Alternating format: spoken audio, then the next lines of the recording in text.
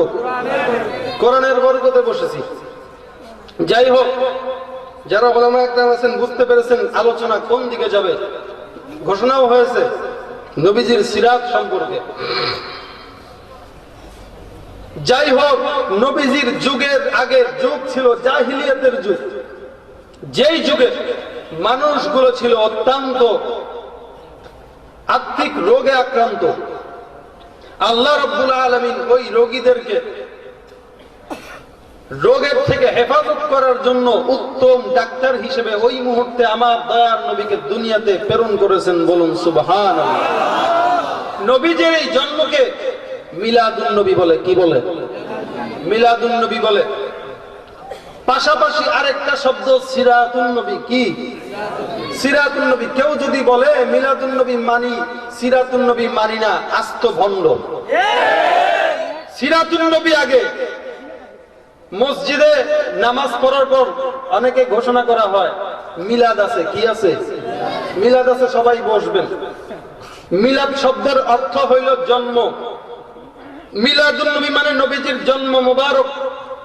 সিরাতুন নবী মানে নবীজির জীবন আদর্শ। তাই মিলাদ অর্থ হইল জন্ম। কেউ যদি বলল নামাজের পর মিলাদ আছে, এই মিয়া, মিলাদ কি মসজিদে হওয়ার জায়গা? ওইটা তো হাসপাতালের জায়গা। ঠিক না বেঠিক? জোরে তা তুমি হাসপাতালের রোগীকে কি লাগে মসজিদে আনার দরকার? তোমার বলা দরকার যে নামাজের পরে দোয়া আছে, দুরূদ শরীফের আমল আছে, সকলে বুঝবে। মনে থাকবে তো ইনশাআল্লাহ?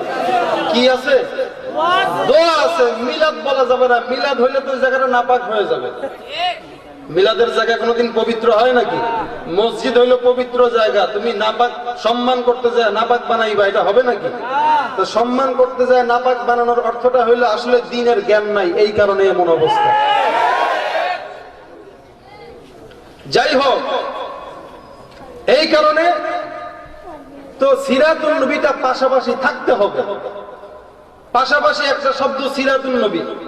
সাহাবা একরাম আম্মা জান আয়েশা রাদিয়াল্লাহু তাআলা আনহাকে বললেন, আম্মা জান আয়েশা রাদিয়াল্লাহু তাআলা আনহাকে ডাক দিয়ে বললেন, আম্মা জান আয়েশা, রাসূলের চরিত্র সম্পর্কে আমাদেরকে কিছু বলুন।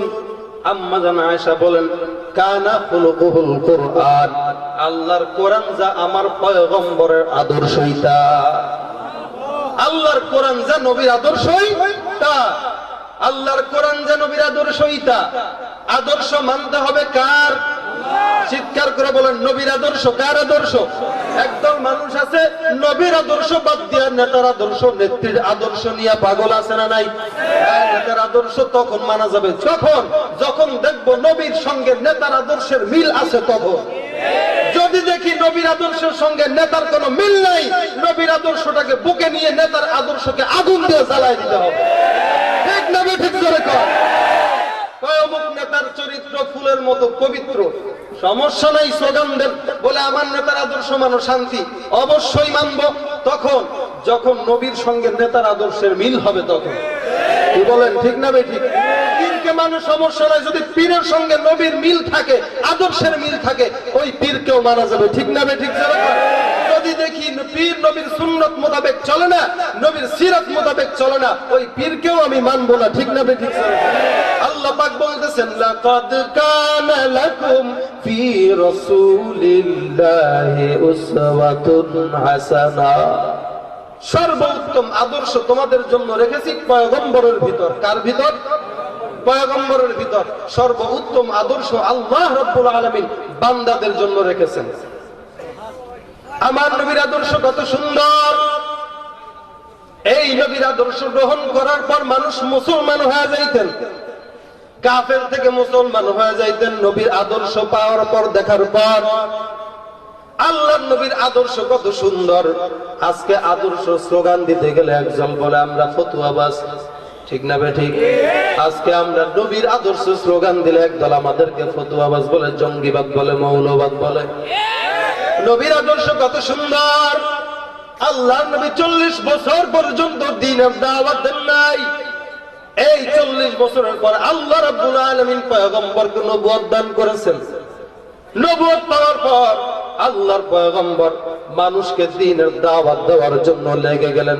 আবু জাহেল উতবা সাইবাকে ডেকে বলো, ও চাচা জানেরা, আমাকে নবী বলে স্বীকার করেন, আমাকে নবী বলে স্বীকার করেন, আমি আসলে আপনাদেরকে শাফাতের ব্যবস্থা করে জান্নাতের ফয়সালা করে দেব। আবু লাহাব ডাক দিয়া বলে, তাব্বান লাকা ইয়া মুহাম্মদ আলিহাদা জামাতানা, মুহাম্মদ এই কারণে তুমি আমাদেরকে কি ডাকছো? মুহাম্মদ তোমার ধ্বংস হোক। আল্লাহ রাব্বুল আলামিন ডেকে বলে, ও পয়গম্বর আপনার কোনো চিন্তা নাই, আবু লাহাব আপনাকে ধ্বংসের জন্য বদদুয়া করলো, আমি আল্লাহ ঘোষণা করলাম তাব্বাত ইয়াদা আবি লাহাবিন ওয়া তাব, যে আবু লাহাব আপনাকে ধ্বংসের বদদুয়া করলো, আমি আল্লাহ বললাম আবু লাহাবকে আমি নিজেই ধ্বংস করে দিলাম। আমি আল্লাহ আবু লাহাবকে ধ্বংস করে দিলাম। আজকে একদল মুসলমানরা বলে আবু লাহাবকে যখন নবী বাপদাদার ধর্ম বাদ দিয়ে নবীর ধর্মকে মানতে বলল, আবু জাহেল আবু লাহাব ডাক দেয়া বলে বাপদাদার ধর্ম ত্যাগ করতে পারবো না। আজকে একদল মুসলমান আছে, যদি বলে এইটা মানো, বলে আমার বাপ দাদা এটা করেছে আমি এটা করবো, এটা থেকে ফিরতে পারবো না, বাপ দাদার ধর্ম ত্যাগ করা যাবে না। এই স্লোগানটা কখনো মুসলমানের না, আবু জাহেলের স্লোগান। আবু জাহেলের স্লোগান। যদি বলে মিলাদুল কি বলে মিলাদ কিয়াম করা যাবে না, এগুলা বেদাত, তাহলে বলবে ওই মিয়া কি পাইছেন, নতুন নতুন ফতোয়া দেন, আমার বাপ দাদা করে আসছে, আমার বাপ দাদা দেখে দেখছি আমরাও করব। তাহলে বোঝা গেল বাপ দাদার ধর্ম যারা ত্যাগ করতে পারে না, এই স্লোগানটা হইল আবু জাহেলের স্লোগান। আবু জাহেলের স্লোগান। মিলাদুন নবী, এই মিলাদ কোত্থেকে আসছে? 600 হিজরির আগে কোনো মিলাদ ছিল না। এই 600 হিজরির পরে খ্রিস্টানদের সাথে মুসলমানদের যখন ঝগড়া হয়, ওই তখন ওই দেশে একটা মুসলের বাদশা ছিল, মালিকুল মুজাফফর আবু সাঈদ নামে একটা বাদশা ছিল মুসলমান। এই বাদশা চিন্তা করলো ইহুদি খ্রিস্টানরা ঈসা আলাইহিস সালাতু ওয়াস সালামের জন্ম পালন করে, আমাদেরও পালন করতে হবে। উনি চিন্তা করলো ঈসার সব উম্মতরা ঈসার জন্ম পালন করে, আমরাও করব, আমাদের নবী তো ঈসার চাইতে উত্তম। এখন উনি চিন্তা করলো মিলাদুন নবী করব, নবীর জন্ম পালন করব। এবার যখন এই সিদ্ধান্ত নিল, কিছু কিছু উলামা একরাম হাফেজ ইবনে কি বলে ইবনে হাজার আসকালান রাহমাতুল্লাহি আলাইহি বিরোধিতা করলেন, আর অনেক উলামা একরাম বিরোধিতা করলেন, না করা যাবে না, এটা বেদাত। উনি চিন্তা করলো কাটা দিয়ে কাটা তুলতে হবে। কি করলো? একজন বাজারি মুনাফিক আলেমকে ধরে আনলো। এই বর্তমান সমাজেও এমন কিছু মুনাফিক মার্কা হুজুর আছে না নাই? টাকার বিনিময়ে ইহুদি খ্রিস্টানদের দালাল হয়েছে। ঠিক না ঠিক জোরে কর। মঞ্চের ভিতরে বড় বড় বক্তব্য দিয়ে বিমান উঠে চলে যায়, আছে না নাই? এগুলোর থেকে সাবধান হওয়া দরকার। এই বাদশা চিন্তা করলো কাটা দিয়ে কাটা তুলতে হবে, সুতরাং আলেমকে হাত বানাইলো। হাত বানায় ওকে বলল, তোকে আমি 1000 দিনার দেব, তুই লেখ, মিলাদ নিয়ে একটা বই লেখ। উনি সুন্দর একটা বই লিখলো, আত-তানবীরু ফি মাউলিদিহি সিরাজুল মুনির, এই নামে বই লিখে আজগুবি সব কথা এই বইয়ের ভিতরে সে আনলো। এরপর লেখলো কে? আলেমটার কি নাম ছিল? নাম ছিল খাত্তাব ইবনে দিহিয়া। তা উনার ব্যাপারে ইবনে হাজার আসকালী রাহমাতুল্লাহ আলাইহি সুন্দর একটা ঘটনা বলছেন যে এই কত বড় মিথ্যুক ছিল। মিথ্যুকের প্রমাণ দিতে যায় উনি বলেন, একবার এক আল্লাহর ওলির কাছে উনি একটা জায়নামাজ হাদিয়া নিয়ে গেছেন। এই ইবনে দিহিয়া যে মিলাদ নিয়ে বই লিখেছে, জায়নামাজ হাদিয়া নিয়ে যে বলতেছে, হুজুর এই জায়নামাজটা অনেক দামি, যাকে হাদিয়া দিবে সে আবার উনাকে খুব বিশ্বাস করত। কেমন দামি? বলে আমি মক্কা শরীফে বসে হাজার হাজার রাকাত এই জায়নামাজে পড়েছি, মক্কা শরীফের ঘরের ভিতরে এই জায়নামাজে বসে কোরআন তেলাওয়াত করেছি, সুতরাং অনেক দামি জায়নামাজ, এটা আমি আপনাকে হাদিয়া দিলাম। উনি গ্রহণ করলেন। তো বিকাল বেলা উনার দরবারে আরেকজন ব্যক্তি এসে বলতেছে, হুজুর আপনার কাছে তো একজন আলেম আসছে ইবনে দিহিয়া, খাত্তাব ইবনে দিহিয়া। বলে হ্যাঁ, অনেক ভালো লোক। আপনাকে দেখলাম সকালবেলা বাজার থেকে সুন্দর একটা জায়নামাজ খরিদ করলো। কি বলো, তাই নাকি? হ্যাঁ। আমার তো একটা জায়নামাজ সে হাদিয়া দিয়েছে, দেখি জায়নামাজটা ঘর থেকে আনো তো। এনে দেখলো সকালে যে জায়নামাজটা খরিদ করলো, ওই জায়নামাজটাই উনাকে হাদিয়া দেওয়া হয়েছে। এবার উনি ডাক দিয়ে বলে, আল্লাহ, কেমন মিথ্যুক হইলে পরে এরকম মিথ্যা কথা বলে আমাকে হাদিয়া দিতে পারে। তাহলে বোঝা গেল কত বড় মিথ্যুক। এরকম মিথ্যুক যদি কোনো বই লেখে, বুঝতে হবে ওইটার ভিতরে কেমন ভুল থাকতে পারে। তো উনি লেখলো, বিদায় ওয়া নিহায়া কিতাবের ভিতরে আছে 3000 দিনার প্রত্যেক বছর এই মিলাদুন নবী নিয়ে এই বাদশা খরচ করত। 10,000 গরু জবাই দিত, 30,000 ডেক সিন্নি রান্না করা হতো এক মিলাদুন নবী উপলক্ষে। এরপর থেকে শুরু হইল মিলাদুন নবীর খেলা। প্রত্যেক বছর করতে হবে, যারা করবে না ওদেরকে শাস্তিও দেওয়া হতো। আসলো মিলাদুন নবী, এবার মিলাদ নবীর নামে দুরূদ পড়ে সবাই দাঁড়ায় যাইতো, সবাই সম্মান করত। অথচ নবী বলতেছেন আমি লাঠি ভর করে আসলাম, সাহাবা একরাম দাঁড়ায় গেল। হাদিস শরীফে আছে আল্লাহর নবী বললেন তোমরা কি অনারবদের মতো দাঁড়িয়ে সম্মান প্রদর্শন করতে চাও নাকি? সাহাবা একরাম বলেন সবচেয়ে বেশি সম্মানিত ছিল আমাদের নবী, নবীকে দেখলে আমরা কখনো দাঁড়াইতাম না, নবীদের নিষেধ ছিল এটা। আজকে সমাজে আমাদের এরকম আছে না নাই? আছে না নাই? জোরে বলুন। কেউ উল্টা বুঝবেন না, সহি বুঝবেন। ওলামা একরাম আছে ভুল হলে ধরায় দিবে, সহি বুঝবেন, বুঝার চেষ্টা করবেন।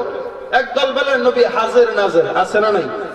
হাজির নাজির, হাজির নাজির শব্দের অর্থ হলো সব সময় বিদ্যমান থাকা। সব সময় যিনি থাকেন ওনাকে বলা হয় হাজির নাজির। সব সময় বিদ্যমান কে থাকে? তুমি সবখানে বিরাজমান, আমি ক্ষুদ্রতাই বুঝিতে পারি না, ও গো মহা মহিয়ান, তুমি সবখানে বিরাজমান। আল্লাহু আকবার বলুন। সব জায়গায় বিরাজমান কে?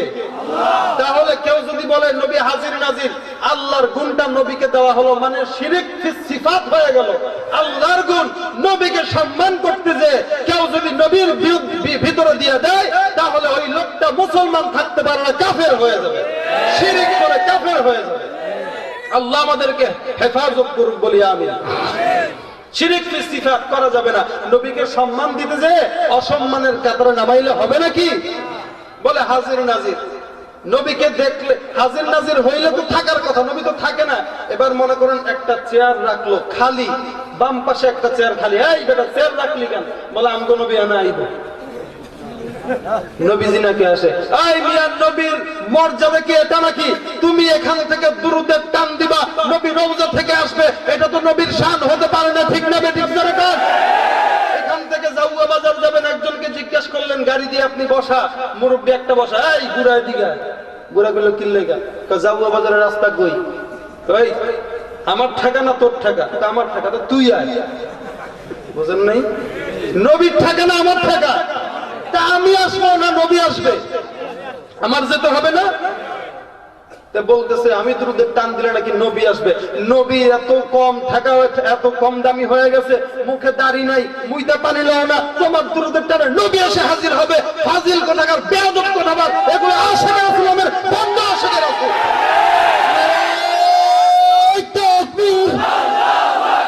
দুরুস্তান দুরুস্তান, আল কোরআনের আলো, আল হাদিসের আলো,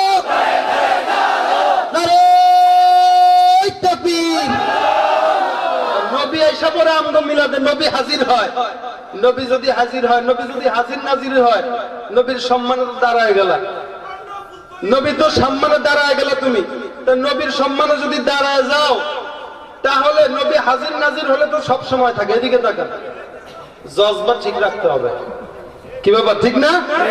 নবীর সম্মানে যদি দাঁড়াইতে হয়, তোমার কথা অনুযায়ী নবী যদি হাজির নাজির হয়েই থাকে, তাহলে তো নবী সব সময় আছেন। কি বলেন? তা সব সময় আসলে তুই খালি দুরূদের সময় দাঁড়াস কে? তুই পায়খানাও করবি দাঁড়িয়ে দাঁড়িয়ে, ঠিক না? ঠিক করে তুই ঘুমাবি গাধার মতো দাঁড়িয়ে দাঁড়িয়ে, শোয়ার সুযোগ হবে না কখনো। নবী যদি হাজির নাজির হয়ে থাকে, তাহলে তুই বসতেও পারবি না, ঘুমাইতেও পারবি না, কোন জায়গায় বসেও থাকতে পারবি না, অল টাইম 24 ঘন্টা দাঁড়ায় থাকতে হবে। এখন মানলাম তুমি নবী আসলো, তুমি দাঁড়ায় গেলা, এখন তুমি যে দাঁড়াইলা, তুমি কি দেখছো নবীরে? কেউ দেখে? নবীর জন্য চেয়ার খালি রাখছে, নবী যে বসলো কেউ দেখছে নাকি?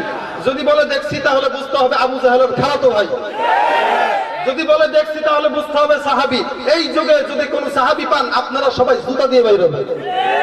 কি বলেন? বাইরে হবেন না? আর যদি বলে দেখি না, তাহলে তুই দাঁড়ালি কেন? নবী যদি না আসে, নবীর তো জ্যামজটও থাকতে পারে রাস্তায়, কি বলেন? থাকতে পারে না গাড়ি ঘোড়ার জ্যাম? আর যদি বলে আসছে, তুমি যখন বসলা নবী যে গেল তুমি জানলা? নবী গেল তুমি কি জানো? তুমি তো নাও যাইতে পারে, কারণ আমার সম্মান গাবে না আমি চুপ করে উঠে যাবো, এটা হয় নাকি? আমার সম্মান গাইলে তোমার আমি 10,000 টাকা দিই, ভাই তুই আরো গা। ঠিক না ভাই? ঠিক। নবীর সামনে নবীর সম্মান বলা হচ্ছে, নবী কি এই ময়দান থেকে যাবে নাকি? তা তুমি কেন বসলা, কেনই বা দাঁড়াইলা? তো তোমার কথাই তো তুমি আটকায় যাও। কি বলেন? ঠিক না ভাই? ঠিক। কি অবস্থা? নবীর শান এটা হতে পারে না। নবীর শান তো এটাই, নবী দুনিয়ায় থেকে আকাশের দিকে ইশারা করবে, আকাশের চাঁদ খণ্ডিত হয়ে যাবে। নবীর শান তো এটাই, তুমি এখান থেকে নবীর নামে দুরূদ পড়বা, ফেরেশতারা নবীর রওজায় তোমার নাম ঠিকানা, বাবার নাম ঠিকানা সহ রওজায় দুরূদের সালাম পৌঁছায় দিবে। ঠিক না ভাই? ঠিক করে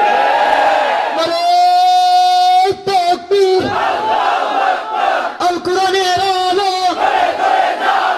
আল হাদিসের আলো, নবীজির শত্রুরা নারে তাকবীর। বলতেছি উল্টা বুঝবেন না, কেউ উল্টা বুঝবেন না, সবাই শুদ্ধ বুঝবেন। ওই পছন্দিদা ওয়াকিয়ার মধ্যে আশরাফ আলী থানভী রহমাতুল্লাহ আলাইহি বলেন, ভারতের ভিতরে সোমনাথ মন্দির আছে, বাঙালিরা স্কুলের ভিতরে পড়ালেখা করায়, এখন স্কুলে তো পড়ালেখা হয় কম, সব কোচিং সেন্টার খুলে ফেলছে, ব্যবসা। এখন সরকার আসলো, সরকারের পক্ষ থেকে লোক আইসা অনুদান যে দেব, পরীক্ষা করব। কি পরীক্ষা? বলে বলো তো ভারতের সেই সোমনাথ মন্দিরটা কে ভেঙেছিল? এখন ছাত্ররা সবাই লাফ দিয়ে দাঁড়ায় গেছে, স্যার আমি বলবো, আমি বলবো। কি বলবো?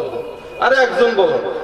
এবার একজন দাঁড়ায় কয়, স্যার সবার পক্ষ থেকে আমি বলতেছি, আল্লাহর কসম আমরা কেউ ভাঙি নাই। স্যারের মেজাজ গরম হয়ে গেছে, কয় কি রে তোরা ভাঙস নাই মানে? সত্যি আমরা ভাঙি নাই। হায় হায় হায়, বুঝাইলাম কি, বুঝলো কি? এবার হেডমাস্টার ডাকতেছে, হেডমাস্টারের ডাক, হেডমাস্টার আসলো, আসার পরে কয় মিয়া ছাত্র করে কি পড়ান? খালি আলু খান ঘাস খাবেন? কে একটাও তো পারে না। কে কি পারে না জিজ্ঞেস করুন। তা আমনের ছাত্ররা জিজ্ঞেস করার দরকার নেই, আমনেরাই জিজ্ঞেস করি। সোমনাথ মন্দির কে ভেঙেছিল জিজ্ঞেস করলাম, ওরা কে ওরা ভাঙে নাই।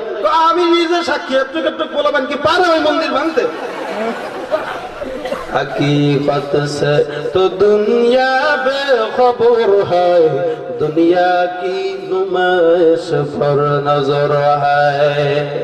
বুঝাইতে চাইলাম, কি বুঝলো কি? এই জন্য উল্টা বোঝা যাবে না, আমি যেটা বুঝাইতে চাইছি ওইটাই বুঝতে হবে, উল্টা বুঝবেন না কেউ। উল্টা বুঝার লোক অনেক থাকে মাহফিলের মধ্যে। কি বলেন? ঠিক না বেঠিক? তার কামই থাকে উল্টা বুঝা, এরপরে যা যায় খালি বক্তার বিরুদ্ধে কথা বলবে। পারলে এনে বসে দুইটা কথা কও না, দেখবো। কথা কওয়ার লোক অনেক থাকে, জায়গা মতো আসলে সব শেষ। সমালোচনা নয়, এটা ওলামা ইকরামের শান না। ঠিক না বে ঠিক? জোরে কর। বলতেছিলাম ঠিক বুঝবেন, যাইগুলো বললাম, যারা এই কাজগুলো করে এরা যেন এই কাজ থেকে ফিরে, আল্লাহ যেন এদেরকে ফিরায়। কারণ প্রত্যেকটা বিদআত গোমরাহি, কুল্লু বিদআতিন দালালা ওয়া কুল্লু দালালাতিন ফিন্নার।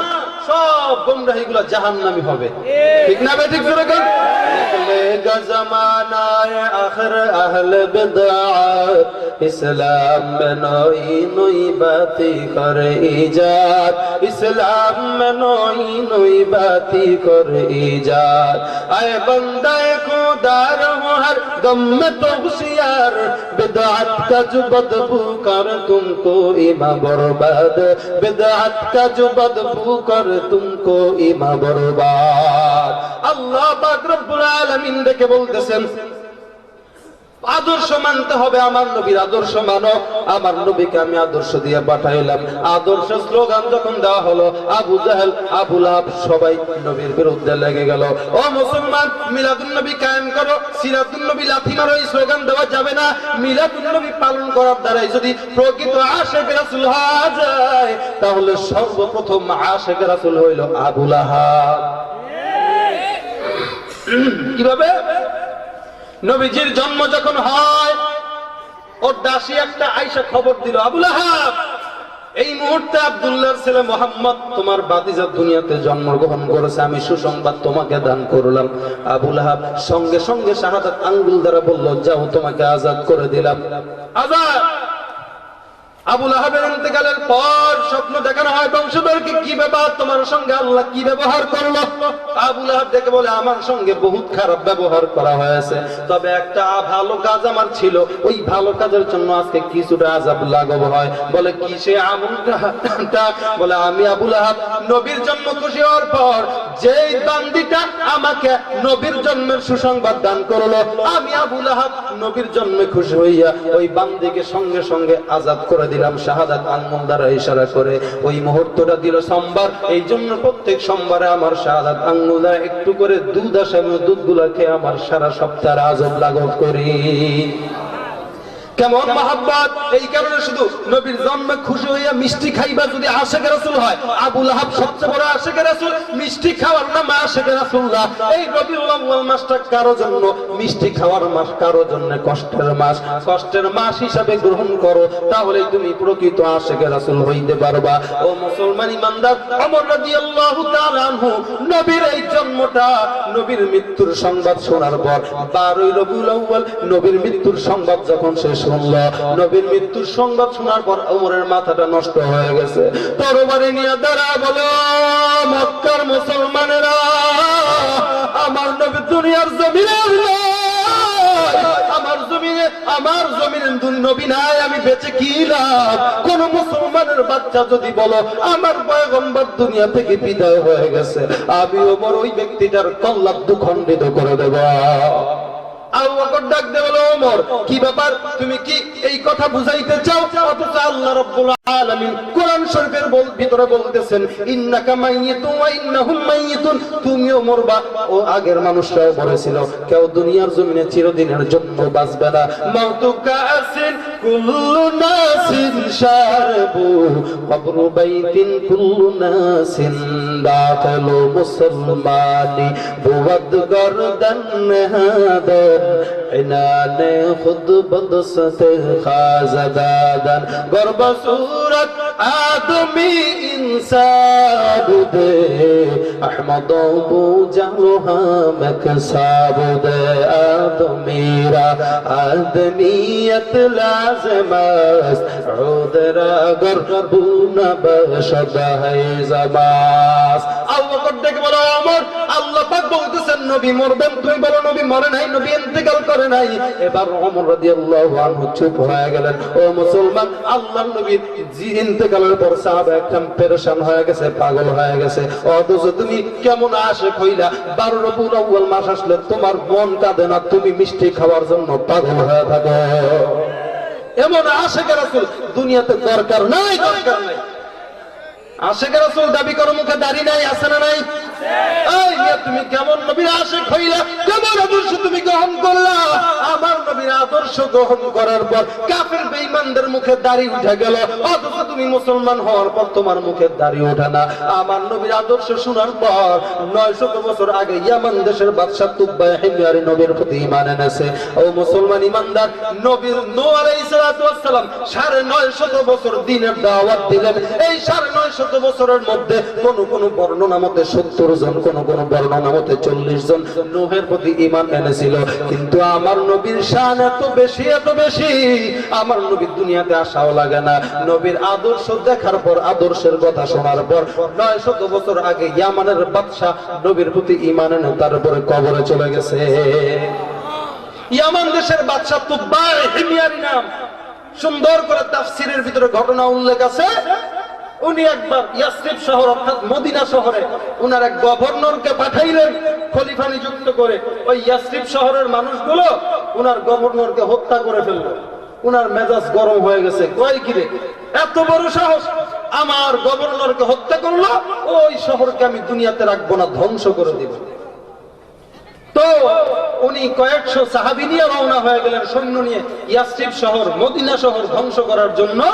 এরপরে উনার সাথে ছিলেন একজন পাদ্রী। এই পাদ্রী ডেকে বলল, ও বাদশা নামদার, ইয়াসরিব শহরেতে পদার্পণ করলাম, কিন্তু ইয়াসরিব শহরের হাল হাকিকত দেখে, ইয়াসরিব শহরের অবস্থা দেখে আমার যা মনে হলো, এই ইয়াসরিব শহরটা আপনি ধ্বংস করতে পারবেন না। বলে কেন?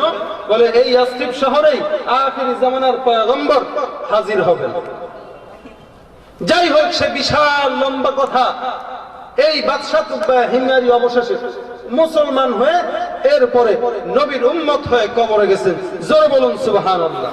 নবীর আদর্শ দেখার পর, কেবলমাত্র নবীর আদর্শ শোনার পর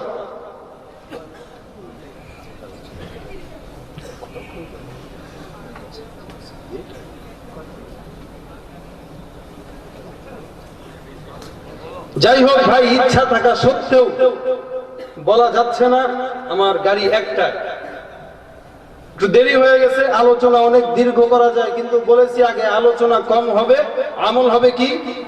আরো জোরে বলেন, আমল হবে বেশি। গাড়ি যেহেতু আমার একটাই, সেহেতু আলোচনা বেশি করা যাচ্ছে না। দোয়া করবেন যেন খাঁটি আশিক রাসূল হিসেবে আল্লাহ আমাদের কবুল করে। কারণ নবীর প্রেম ছাড়া, মহাব্বত ছাড়া কোনো উপায় নাই। এই নবীর মহাব্বত যেন আল্লাহ আমাদের সকলের অন্তরে পয়দা করেন। নবী বলতেছেন কি, যদি মহাব্বত রাখতে হয়, মান আহাব্বা সুন্নতি ফাকাদ আহাব্বানি, আমার সুন্নতকে মহাব্বত করো, আমাকে মহাব্বত করা হবে। আমি নবীকে যদি মহাব্বত করো, আমি নবীর সঙ্গে তোমার জান্নাত হবে। কার সঙ্গে জান্নাত হবে? শুধু তাই না, নবীর আশিক রাসূল হইতে হলে নবীর সুন্নতকে মহাব্বত করতে হবে। দাড়ি কাটা যাবে না, দাড়ি কাইটা নবীর রওজা জিয়ারত করবেন। নবী বলেন তো রওজা জিয়ারত করা কবুল হবে না। কেন?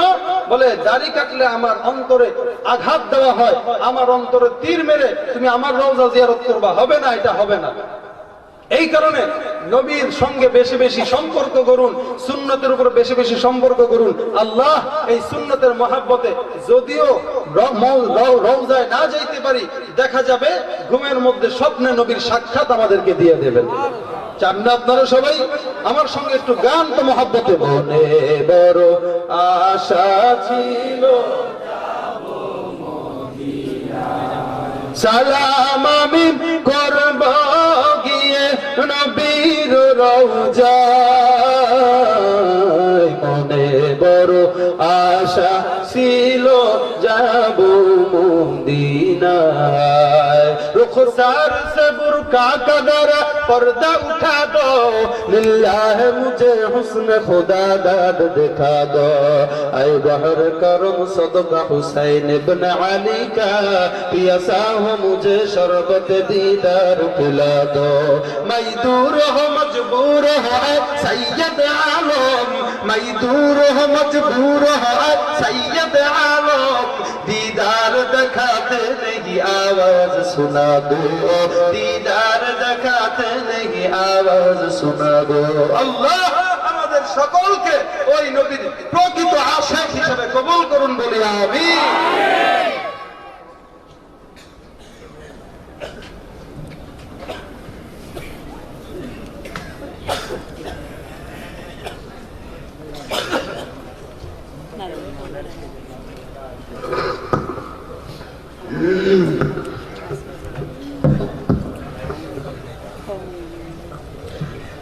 الحمد لله الذي وكفى وسلام على عباده الذين اصطفى أما بعد। সম্মানিত পীরপুর গ্রামের উদ্যোগে আয়োজিত 2 দিন ব্যাপী তাফসীরুল কোরআন মহাসম্মেলনের শেষ দিনের শেষ অধিবেশনের পর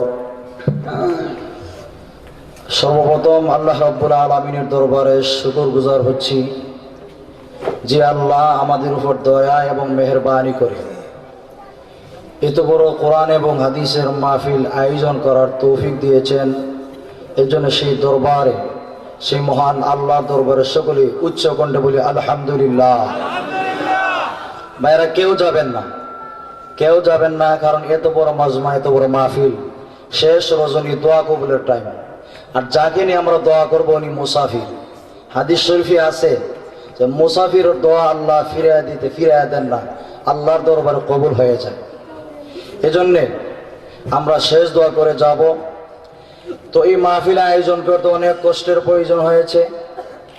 মুহতারাম হাজিরিনে কেরাম, এই মাহফিলের জন্যে আপনাদের কাছে আবদার, যারা এই মাহফিলের আয়োজন করছেন টাকা দিয়ে, বুদ্ধি দিয়ে, শ্রম দিয়ে, দেশে বিদেশে অনেক ভাইয়ারা এই মাহফিলের জন্য টাকা দিয়েছেন, বিভিন্নভাবে সাহায্য সহযোগিতা করেছেন। এজন্যে আপনাদের সকলের কাছে আকুল আবেদন, যারা মাহফিলের আয়োজন ওদের জন্য দোয়া করবেন এবং আশেপাশের গুরুস্থানে যত মুর্দেগান শহীদ আছেন এদের জন্য দোয়া করবেন। বিশেষ করে বীরপুর গ্রামের নারী পুরুষ জিন্দা মুর্দা সকলের জন্য দোয়ার আবেদন। তাহলে নবী হাজির নাজির হলে তো সব সময় থাকে, এদিকে তাকান, জজবা ঠিক রাখতে হবে। কি ব্যাপার, ঠিক না? নবীর সম্মানে যদি দাঁড়াইতে হয়, তোমার কথা অনুযায়ী নবী যদি হাজির নাজির হয়েই থাকে, তাহলে তো নবী সব সময় আছেন। কি বলেন? তো সব সময় আসলে তুই খালি দুরুদের সময় দাঁড়াস কে? তুই পায়খানাও করবি দাঁড়িয়ে দাঁড়িয়ে, ঠিক না? ঠিক করে কর। তুই ঘুমাবি গাধার মতো দাঁড়িয়ে দাঁড়িয়ে, শোয়ার সুযোগ হবে না তোমার। নবী যদি হাজির নাজির হয়ে থাকে তাহলে তুই বসতেও পারবি না, ঘুমাইতেও পারবি না, কোন জায়গায় বসেও থাকতে পারবি না, অল টাইম 24 ঘন্টা দাঁড়ায় থাকতে হবে। এখন মানলাম তুমি নবী আসলো, তুমি দাঁড়ায় গেলা, এখন তুমি যে দাঁড়াইলা তুমি কি দেখছো নবীরে? কেউ দেখে? নবীর জন্য চেয়ার খালি দেখছো, নবী যে বসলো কেউ দেখছে নাকি? যদি বলে দেখছি তাহলে বুঝতে হবে আবু জাহেলের খালাতো ভাই। যদি বলে দেখছি তাহলে বুঝতে হবে সাহাবী। এই যুগে যদি কোন সাহাবী পান আপনারা সবাই জুতা দিয়ে বাইরে হবেন। কি বলেন? বাইরে হবেন না? আর যদি বলে দেখি নাই তাহলে তুই দাঁড়ালি কেন? নবী যদি না আসে, নবীর তো জ্যামজটও থাকতে পারে রাস্তায়। কি বলেন? থাকতে পারে না গাড়ি ঘোড়ার জ্যাম। আর যদি বলে আসছে, তুমি যখন বসলা নবী যে গেল তুমি জানলা? নবী গেল তুমি কি জানো?